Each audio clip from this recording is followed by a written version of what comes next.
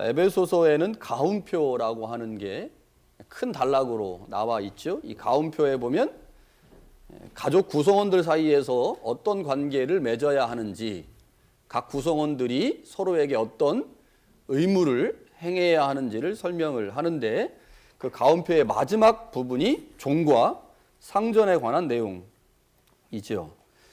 자, 에베소서는 에베소 교회에 보낸 편지입니다. 그러니까 편지라고 하는 것은 예배를 드릴 때 회중 전체에게 이 말씀을 낭독했다고 하는 것을 의미하죠. 그러니까 에베소서 안에 종과 상전이 언급되고 있는 것으로 보아 이들, 종들이 기독교 공동체의 구성원으로 역할을 했다고 하는 것을 볼 수가 있는 거고요. 또 하나는 종과 상전이 같은 자리에서 함께 예배하고 있었다라고 하는 것을 보여주는 거죠. 당시가 계급 사회에 섰던 점을 기억하면 매우 놀라운 일이 아닐 수가 없습니다. 주인과 종이 함께 예배를 하고 있다고 하는 거죠. 자, 이런 말씀을 대할 때 조금 당혹스럽긴 합니다. 왜냐하면 현대 사회는 종과 주인이 없잖아요. 종도 없고 주인도 없습니다. 그러니까 이런 현대 사회 안에서 종과 주인에 관한 말씀을 대할 때 좀 당황스럽죠. 그렇기 때문에 이런 말씀을 대할 때마다 저는 이런 생각을 합니다. 성서는 해석되어야 하는 책이다. 성서는 해석되어야 하는 책이다. 성서는 지금 우리와 완전히 다른 문화적 배경과 완전히 다른 시대에 기록되었기 때문에 우리가 가지고 있는 문화와 상당히 다른 문화가 이 안에 녹아져 있죠. 그래서 이것을 우리가 오늘 이 시대에 맞는 방식으로 해석해내지 않으면, 해석의 과정을 거치지 않으면 이 말씀이 우리에게 큰 의미로 다가오지 않게 되는 거죠. 그래서 성서는 반드시 해석되어야 하는 책입니다. 그런데 그 해석이 쉽지가 않습니다. 그게 이제 문제인 거죠. 해석하기 쉬운 책이라면 얼마나 좋겠습니까? 그러나 성서는 해석하기 쉽지 않은 책이기 때문에 이 말씀의 의미를 제대로 이해하는 것이 어렵지만, 그럼에도 불구하고 포기할 수 없으니 오늘 말씀을 잘 해석하고 이 해석된 말씀에 근거해서 오늘 우리에게 하나님께서 무엇을 말씀하시는지를 좀 생각해 보려고 합니다. 자, 먼저 바울은 종들에게 권면을 합니다. 권면의 내용은 육체의 상전에게 순종하라입니다. 육체의 상전에게 순종하라. 자, 5절에 보니까요, 종들이 육체의 상전에게 순종할 때 취해야 할 자세를 세 가지로 얘기합니다. 첫 번째는 종들은 두려움과 떨림으로 섬겨야 한다. 두려움과 떨림으로 섬겨야 된다. 두 번째는 종들은 성실한 마음으로 섬겨야 한다. 여기 이 성실한 마음으로 섬겨야 한다고 하는 것을 헬라어 원어에서 번역을 다시 하면요, 너희의 마음에 하나됨으로 섬겨야 한다라는 말입니다. 그러니까 주인을 향하여 마음을 온전히 쏟아서 섬겨라, 이런 의미인 거죠. 세 번째는 종들은 그리스도께서 하시는 것처럼 섬겨야 된다. 그리스도께 하는 것처럼. 그러니까 종들이 지금 육체의 상전을 섬기고 있는데, 종들은 지금 예수를 믿는 사람들이잖아요. 그래서 이들이 예수 그리스도를 믿는 것처럼, 예수 그리스도에게 섬김의 모습을 보이는 것처럼 주인에게 그렇게 섬겨야 한다라고 얘기를 합니다. 자, 그리고 나서 6절에 그리스도를 믿는 종들이 피해야 할 태도도 언급을 합니다. 핵심으로 언급되는 것이 눈가림으로 일하지 말라입니다. 눈가림으로. 여기 눈가림이라고 하는 단어를 조금 더 깊이 있게 생각해 보면 주인의 호의를 얻으려고 또는 주인의 비위를 맞추려고 주인이 보는 데서만 열심히 일하는 겁니다. 그러니까 주인이 보지 않는 데서는 굉장히 느릿느릿, 대충대충 이렇게 일하고 주인이 나타났다 그러면 열심히 일하는 척하는 것, 이것이 눈가림입니다. 자, 바울이 왜 종들에게 눈가림으로 일하지 말라, 적극적으로 일해라 라고 말씀하고 있을까요? 이게 바울이 종들에게 주는 권면에서의 핵심입니다. 바울은 땅의 주인을 섬기는 일이 하늘의 주인을 섬기는 일의 일부라고 보았습니다. 이게 중요해요. 땅의 주인을 섬기는 일이 하늘의 주인을 섬기는 일의 일부라고 본 겁니다. 굉장히 중요한 신앙의 의미가 이 안에 담겨 있는데, 바울은 종들에게 권면하면서 그들의 상전, 주인을 이렇게 표현해요. 육체의 상전이라고 표현하죠. 그러면 이 표현 안에는 다른 상전이 있다라고 하는 것을 의미하고 있는 거죠. 육체의 상전이 있고 또 다른 상전이 있습니다. 그 상전이 어떤 상전일까요? 하늘의 상전입니다. 그러니까 육체의 상전에게 순종해라 라고 말하면서 너희들에게는 육체의 상전만 있는 게 아니고 또 다른 상전이 너희에게 있다. 그 상전이 누굽니까? 하늘에 있는 상전, 그리스도이죠. 지금 종들은 육체의 상전에게 속한 것처럼 보입니다. 그래서 육체의 상전에게 순종해야 하고 눈가림으로 일하지 말아야 하죠. 그런데 바울은 그들에게 너희들에게는 육체의 상전만 있는 게 아니라 보이지 않는 하늘의 상전 그리스도가 있고 너희는 그리스도에게 속한 종들이다. 이게 지금 바울이 말하고 싶은 내용입니다. 종들은 육체의 상전에게 속하면서 동시에 하늘의 상전에 속한 자들이라는 거죠. 따라서 종들이 육체의 상전에게 하는 모든 행위는 육체의 상전의 상전인 그리스도에게 하는 모든 행위의 일부입니다. 그러니까 종이 있어요. 그리고 육체의 상전이 있어요. 그 육체의 상전 위에 하늘의 상전이 있어요. 육체의 상전, 그러니까 지금 종들이 육체의 상전을 섬기고 있습니다. 그리고 육체의 상전은 하늘의 상전을 섬기죠. 그래서 종들은 육체의 상전을 섬기면서 동시에 하늘의 상전을 섬깁니다. 바울의 입장에서 여러분들이 섬기고 있는 그 육체의 상전은 하늘의 상전에 속한 자들이기 때문에 여러분들이 하고 있는 그 섬김은 결국 궁극적으로는 하늘의 상전인 그리스도를 위해서 하는 거라는 거죠. 그래서 육체의 상전을 섬길 때 그 육체의 상전을 섬기는 그 행위가 하늘의 상전을 섬기는 행위의 일부라는 사실을 인식하고 그들에게 눈가림으로 일하지 말고 순종함으로 최선을 다해라 이렇게 말하고 있는 겁니다. 이게 지금 바울이 종들에게 하는 권면의 핵심입니다. 여러분, 여기서 우리는 중요한 신앙의 원리를 하나 발견합니다. 그것은 우리의 삶의 자리에서 행하는 상당히 많은 일들이 겉으로 보기엔 주님 그리고 주님의 나라와 상관없어 보입니다. 그렇죠? 제가 집에서 애들에게 음식을 챙겨주고 빨래를 하고 집에서 하는 행위들이 그게 주님의 나라와 주님과 상관이 없어 보이죠. 그래서 우리는 삶을 진지하게 살지 못할 때가 종종 있습니다. 그러나 그렇지 않다는 거죠. 에베소서를 통해서 우리가 확인했듯이 우리는 주님의 빛입니다. 주님으로부터 온 빛을 받아 다른 사람들에게 빛을 비추는 반사체이죠. 그래서 우리의 모든 행위는 주님의 나라와 연결되어 있습니다. 우리가 그것을 인식하지 못할 뿐이죠. 우리의 작은 행동이 주님의 나라에 영향을 미친다는 겁니다. 그래서 우리의 삶은 그냥 우리의 삶이 아니죠. 우리의 삶은 주님의 나라, 큰 나라를 구성하는 요소들입니다. 그래서 우리가 어떤 삶을 살아가느냐, 어떻게 행동하느냐에 따라서 주님의 나라에 긍정적으로 영향을 미치기도 하고 부정적으로 영향을 미치기도 한다는 거죠. 내가 그리스도를 믿는, 예수 믿는 사람이에요. 그리스도를 믿는 그리스도인입니다. 우리 자녀들이 그거를 다 알고 있어요. 그래서 내가 하는 행동은 우리 자녀들에게 영향을 주죠. 그게 곧 주님의 나라에 영향을 주는 겁니다. 그러니까 종들에게 야 너희들이 지금 육체의 상전을 섬기고 있는데 그 육체의 상전을 섬기는 그 일이 육체의 상전을 섬기는 일이라고만 생각하면 안 된다.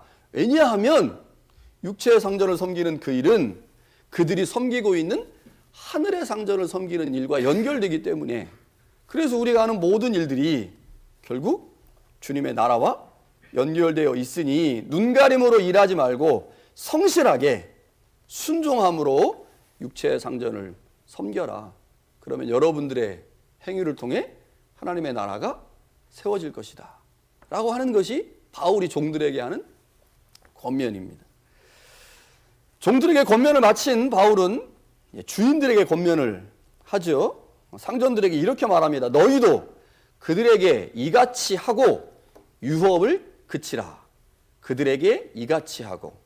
자, 이 말씀은 종들이 상전을 섬기는 방식과 같이 상전들도 종들을 대해야 된다라는 의미입니다. 너희도 그들에게, 종들에게 이와 같이 해라. 무슨 말이에요? 종들이 상전을 섬기는 방식과 똑같이 너희들도 너희 종들에게 그렇게 해라. 이렇게 말하는 거죠. 바울이 왜 이렇게 말씀하고 있겠습니까? 우리가 계속 살펴보았듯이 5장 21절 때문에 그런 거죠. 5장 21절에 바울이 이 가움표를 얘기하면서 가움표 전체를 이끄는 말씀으로 설정해 놓은 게 있습니다. 그게 그리스도를 경외함으로 피차 복종하라. 이거는 피차 복종하라요. 그러니까 종들이 주인에게 복종해야 하고 주인들은 종들과는 다른 방식으로 종들에게 복종해야 합니다.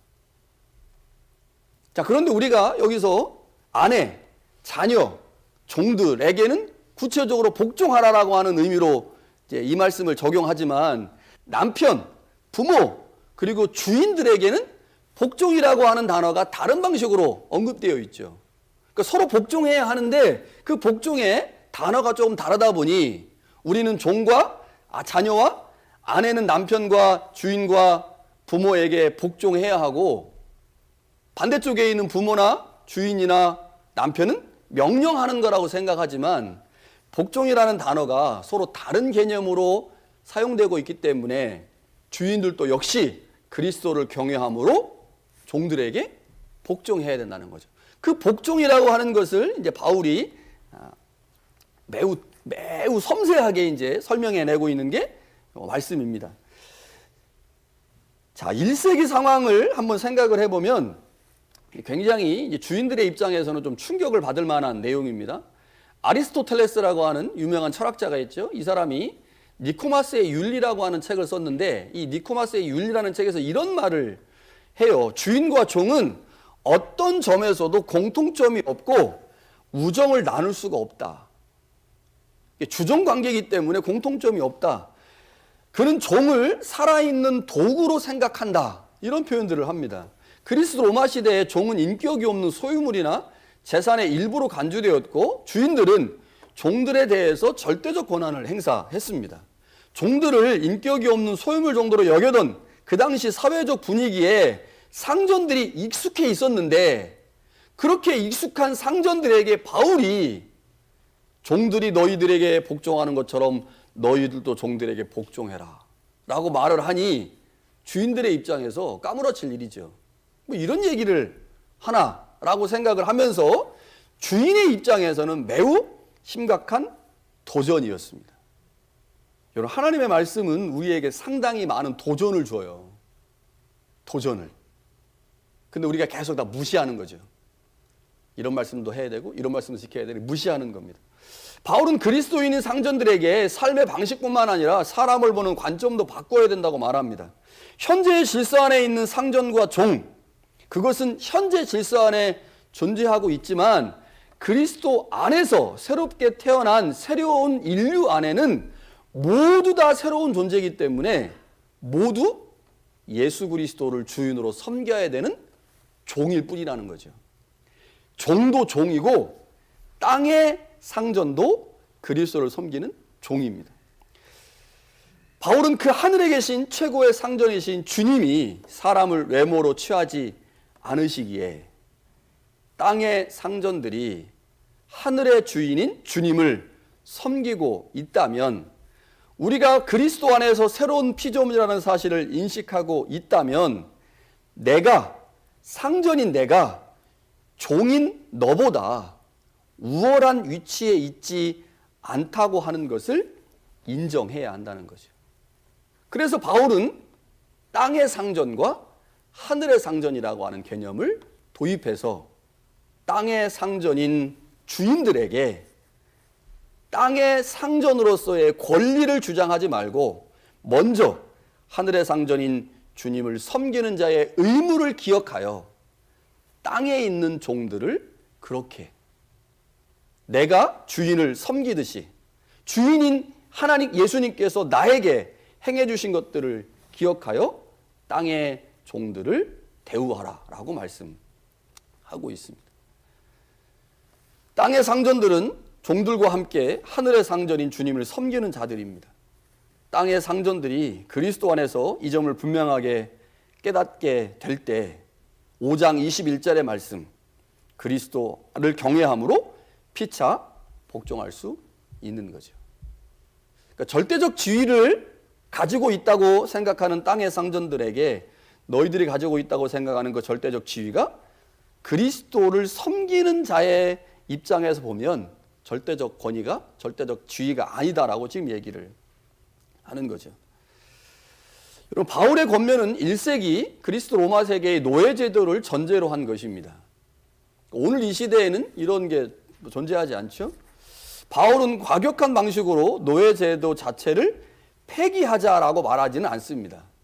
그렇죠? 폐기하자고 말하지 않아요. 바울은 노예 제도 자체를 인정합니다. 그러나 그 안에서 새로운 질서를 추구해야 한다라고 말합니다. 만약에 바울이 에베소서에서 노예 제도 자체를 폐기하자라고 했다면 이건 굉장히 혁명적인 것이었기 때문에 이 에베소서 말씀을 아예 거부했을지도 모릅니다. 노예 제도 자체를 폐기하자고 말하진 않아요.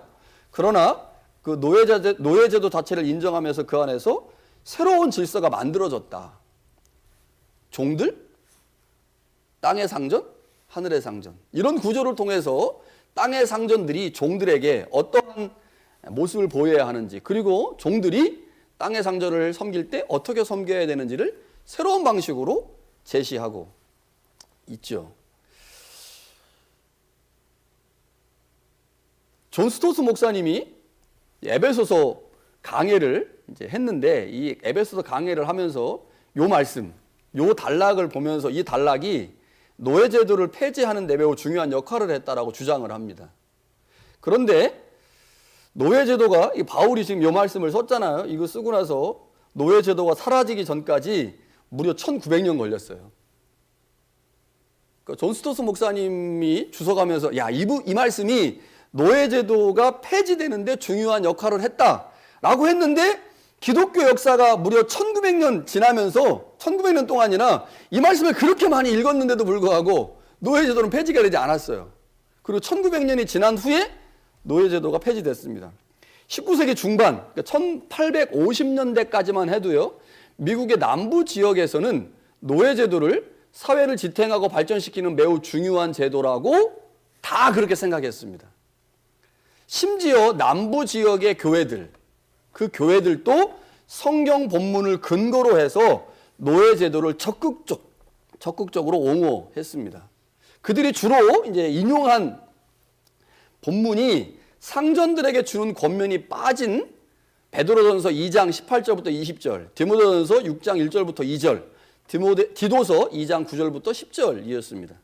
종들은 두려워하고 떨며 상전들에게 복종하라라고 하는 본문의 권면도 노예 제도를 옹호하기 위한 근거 본문으로 사용이 됐습니다.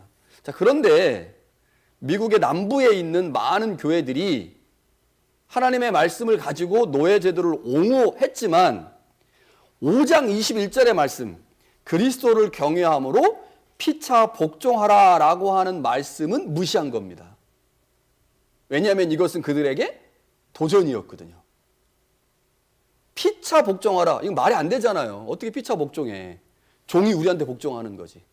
그러니까 에베소서 말씀 중에 자기들에게 필요한 것은 가져다가 자신들의 주장의 근거 구절로 사용한 반면에 자신들의 주장에 도움이 안 되거나 자신들의 주장을 파기하게 할 수밖에 없는 말씀은 그냥 무시했다는 겁니다. 이게 그리스도인들이었어요. 미국의 남부에 있는 그리스도인들의 주장이 타당합니까? 그들이 성서를 바르게 이해하고 바르게 해석하고 적용했습니까? 그렇지 않죠. 성서를 단지 자신들이 가진 관습과 전통을 바꾸려고 하는데 사용하지 않고 자신의 사회의 기존 체제와 질서를 유지하고 지키려는 목적으로 바울의 권면을 읽은 겁니다. 그래서 자신들이 원하고 필요로 하는 것은 주장하고 자신들을 불리하게 하는 말씀은 철저하게 무시하는 방식으로 성서를 인용했습니다. 자신의 욕망을 정당화시키려고 하는 목적으로 성서를 이용한 거죠. 우리가 하고 있는 일의 정당성을 확보하려는 수단으로 성서를 이용하고 있다고 하는 것은 교회가 타락했다고 하는 것을 보여주는 단적인 증거이죠. 노예제도를 사회의 필수적인 요소로 간주하고 있는 그리스도인들에게 바울의 혁명적인 권면은 눈에 들어오지 않았을 거죠. 제가 오늘 해석을 해드렸잖아요. 바울이 이 말씀을 하면서 종, 땅의 상전, 하늘의 상전. 종, 땅의 상전, 하늘의 상전이라고 하는 관점에서 종들이 왜 땅의 상전에게 순종해야 되고 왜 땅의 상전들이 종들에게 복종해야 하는지를 바울은 매우 치밀하게 설명해냈는데 그 설명한 내용들을 받아들이지 않고 자신들이 가지고 있는 노예제도를 합리화할 수 있는 말씀만 가져다가 그 일을 계속적으로 주장했다는 거죠. 그리고 자신들에게 불리하는 말씀은 철저하게 무시하는 방식으로 말씀을 가져다가 쓴 거죠. 2차 세계대전 당시에 독일의 많은 교회와 목사들이, 신학자들이 성서를 동원해서 나치 정권의 유대인 말살 정책을 옹호했습니다. 히틀러, 괴물 아닙니까? 600만 명이라고 하는 유대인들을 학살한 그 히틀러를 교회가 조직적으로 집단화하여 히틀러를 지지했습니다. 교회 맞습니까? 자신의 행위를 성서를 통해서 정당화시켰어요. 히틀러를 지지하면서 자신의 그 지지하는 행동을 성서를 통해서 합리화시키는 일을 했죠. 남아프리카 공화국 1990년대 초까지도 신학자들이 앞장서서 백인 정권의 흑인에 대한 인종차별 정책을 뒷받침하는 신학적, 성서적 근거를 신학자들이 제공했습니다. 가장 최근까지 인종차별이 있었던 그 지역, 남아프리카 공화국, 그곳에 있는 많은 목회자와 신학자들이 인종차별 정책을 성서를 통해서 그 근거를 뒷받침해 줬습니다. 거의 모든 백인 교회의 지도자들과 그리스도인들이 흑인에 대한 인종차별을 적극적으로 지지했습니다. 미국의 남부 그리스도인들, 히틀러를 지지했던 교회들, 인종차별을 지지했던 신학자들이 개신교에 속했다고 말할 수 있겠습니까? 어떻습니까? 이것은 복음의 본질을 벗어난 타락한 개신교의 모습입니다. 여러분, 이것이 이들만의 문제일까요? 그렇지 않습니다. 많은 그리스도인들이 자신의 기득권을 유지하기 위한 하나의 방편으로 성서와 복음을 이용합니다.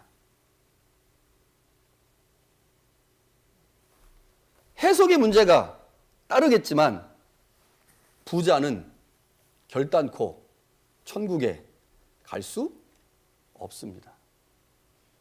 그런데 우리는 부자이면서 천국에 가고 싶어 해요.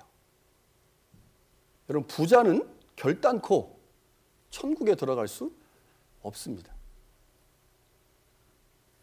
부자는 결단코 천국에 들어갈 수 없어요. 그런데 천국엔 가고 싶어요. 그래서 성서를 이용하죠. 복음을 이용합니다.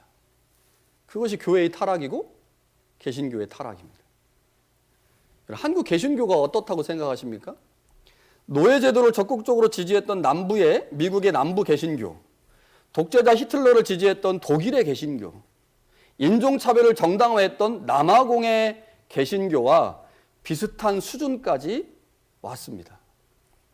한국의 개신교 안에 얼마나 많은 차별과 혐오가 존재하는지 모릅니다. 아시죠? 얼마나 많은 혐오와 차별이 한국 개신교 안에 존재하는지 모릅니다. 사실 우리는 한국교회가 어떤 과정을 통해서 타락하게 되었는지, 어떤 부분에서 사회로부터 소위 개독교라고 하는 비난을 받고 있는지 정확하게 알아야 합니다. 진단을 정확하게 해야 치료가 가능하잖아요. 그런데 지금 한국교회는 회복의 가능성이 없어 보여요. 중세교회와 같이 심각한 상태에 이르렀는데 자신들의 상태가 어떤지 모릅니다. 알려고 하지 않아요. 잘못된 방향으로 상당히 많이 왔는데 자신들의 위치가 어디인지 관심이 없어요. 그리고 이렇게 말합니다. 우리는 맞다. 우리는 옳다. 우리의 위치가 바르다. 이것만 계속 얘기해요. 한국 사회로부터 개독교라는 소리를 듣고 있는데, 한국 사회로부터 신천지보다 못한 종교라는 소리를 듣고 있는데, 그런 소리를 듣고 있는 한국의 개신교가 왜 그런 소리를 듣고 있는지, 왜 우리가 그렇게까지 되었는지에 대한 처절한 반성이 없어요. 회복의 가능성이 없는 겁니다, 지금. 여러분, 모든 사람들은 어쩔 수 없이 자기중심적으로 성서 본문을 읽으려고 하는 경향이 있습니다. 어쩔 수 없어요. 내가 내 방식대로 읽고 싶은 욕망이 우리 안에 다 있습니다. 자신이 속한 사회의 체제나 전통의 정당성을 주장하는데 성서 본문을 이용하려고 하는 강한 욕망이 우리 모두에게 존재합니다. 어쩔 수 없어요. 그건 우리 모두에게 있는 기본적인 욕망입니다. 자, 그런데 이 욕망의 차원에서 볼 때요, 성서는 그리스도인들의 행위를 공식적으로 정당화해 줄 수 있는 최고의 도구이기도 합니다. 내가 하고 있는 일의 정당성을 성서에서 찾아내는 거예요. 그가 얘기하는 겁니다. 나는 정당하다고. 이게 지금 우리의 모습이죠. 그러한 유혹에 우리는 얼마든지 쉽게 빠질 수 있습니다. 유혹이에요, 유혹. 그래서 그 유혹을 이겨내야 됩니다. 어떠한 경우에도 그 유혹에 빠지지 않기 위해서 우리는 애를 써야 돼요. 그래서 우리 교회에서 수년간에 걸쳐서 성서대학을 했습니다. 성서대학의 목표는요, 여러분들에게 어떤 성서적 지식을 전달하기 위한 게 아닙니다. 성서대학의 목표는 성서를 보다 객관적으로 보게 하려는 시도입니다. 나의 이익, 나의 관점을 버리고 성서가 객관적으로 뭐라고 말하고 있는지를 보려고 하는 게 성서대학의 목표입니다. 성서를 나무의 관점이 아닌 숲의 관점에서 보려고 애를 쓰는 거죠. 그래서 성서를 해석할 때 주관적 해석 방법보다는 객관적인 해석 방법을 동원해서 성서를 좀 읽어보자. 그 성서를 통해서 내 삶을 한번 돌아보자. 내가 지금 하나님이 원하시는 삶을 살아가고 있는지, 아니면 내 개인적인 이익이나 감정에 치우쳐서 신앙생활을 하고 있지는 않은지. 여러분, 성서를 보는 우리의 이 자세, 관점이 굉장히 중요해요. 우리는 성서 본문을 이용하려고 하는, 그래서 내가 하고 있는 행위를 정당화하려고 하는 욕망이 모든 사람에게 다 있기 때문입니다. 그리스도인들은 어떤 경우에도 자기 주장을 합리화하거나 자신의 권리나 이익을 지키기 위해서 성서 본문을 이용해서는 안 됩니다. 성서는 우리의 사상이나 주장을 뒷받침하기 위해서 존재하는 책이 아니기 때문이죠. 우리의 사상이나 주장을 뒷받침하고 우리의 권리나 이익을 위해서 성서 본문을 이용하고 있다면 그것이 바로 성서를 모독하는 모독죄입니다. 설령 성서의 가르침이 자기 주장과 배치되고 심지어 자신에게 심각한 손해를 준다고 할지라도 성서 말씀을 겸허하게 받아들여 우리 사회의 잘못된 질서를 바로 잡으려고 하는 것, 그것이 바로 교회의 모습이죠. 그것이 성서의 권위를 인정하는 우리의 모습입니다. 모든 유혹과 욕망을 이겨내고 성서가 말씀하는 진리로 우리의 상황을 바꿔보려고 애를 쓰는 것, 그것이 바로 그리스도인의 모습입니다.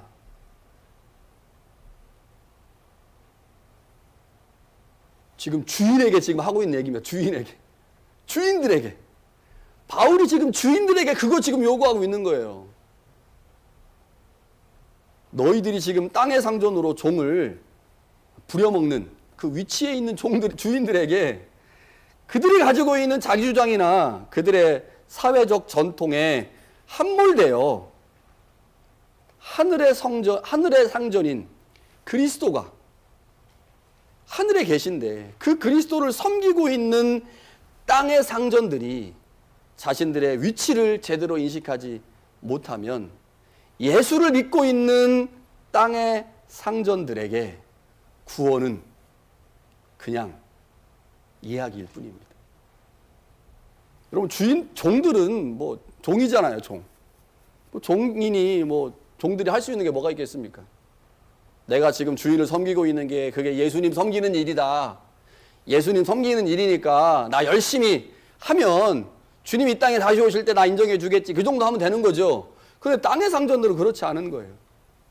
땅의 상전들이 하늘의 상전들을 하늘의 상전이 있음을 인식하고 그 하늘의 상전을 모시면서 이 땅을 어떻게 살아야 되는지 깊이 고민해야 되는데 그들이 하늘의 상전을 섬기고 있으면서도 땅의 종들을 자기가 원하는 대로 마음대로 부려먹으려고 하는 근거로 성서를 이용한다는 겁니다.